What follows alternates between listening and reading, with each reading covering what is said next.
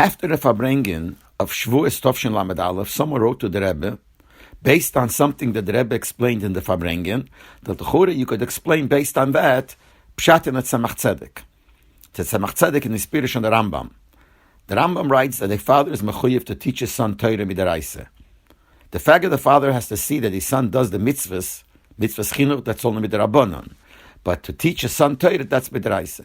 And then the Rambam says, if his father didn't teach him, then he has to himself learn kishayakir, which means when he understands. The Rambam doesn't write kishayagdi, that means that he becomes a godel, now he's supposed to learn himself. He writes kishayakir, that means even while he's a cotton, when he starts recognizing what Torah is, he is midaraisa mechuyev to learn himself. And that Tzemach Tzedek writes that because his father is mechuyev to teach him midaraisa, so b'meila the son is also mechuyev to learn Torah midaraisa himself. So this person says that based on what the Rebbe said by the Farbrengen in Shavuos Tovshin Lamed Aleph, you could explain the Pshat Net Tzemach Tzedek like this: that because the father is mechuyev midaraisa to teach his son the cotton, so the cotton is part of the mitzvah of the father. So since the father is mechuyev midaraisa and the cotton is part of that mitzvah, he becomes mechuyev himself. In other words, the chiyuv of the father midaraisa transfers to the son. So l'chura, that's the Pshat Net Tzemach Tzedek. And the Rebbe wrote B'Ksav Yad Kodesh, Ein zeh shayach loymar bezeh she'ein li bardeya uposhut. You cannot say this concerning somebody who is not a bardas.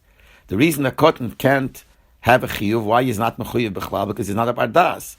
So even if you're going to say a transfer from the father, you can't say it, because a cotton is not shayach to be a bar chiyuv, to be chayiv. Uposhut, it's simple like that. When we saw the answer of the Rebbe, it was very hard to understand, because the Rebbe himself, in Shavuos Tovshin Chavches, explained that same meaning. He explained Pshat in the Tzemach Tzedek, that what the Tzemach Tzedek means is, because the son is part of the mitzvah of the father, it transfers on the son from the father, and the Rebbe explains it. And here the Rebbe wrote, Ein zeh shayach leimer bezeh she'ein li bardeya. You can't say it by somebody who's not a bardeya and actually underline the word bardeya, uposhut. And the Pele is even more.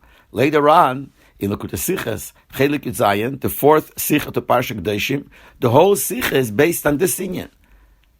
That according to many opinions, a chiyuv of the father to do with the son transfers on the son, and the son becomes mechuyev. So there's a contradiction here. The Rebbe himself spoke about the Tovshin Chavches, and the settled the Rebbe wrote Tovshin Lamed Aleph.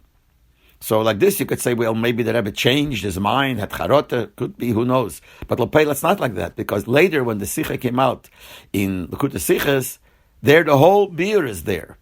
So it's a kind of mystery to understand what the Rebbe meant when he wrote these words, Ein zeh shayach leimer bezeh she'ein li bardeya uposhut, when the Rebbe himself explained this is the Pshat in the Tzemach Tzedek.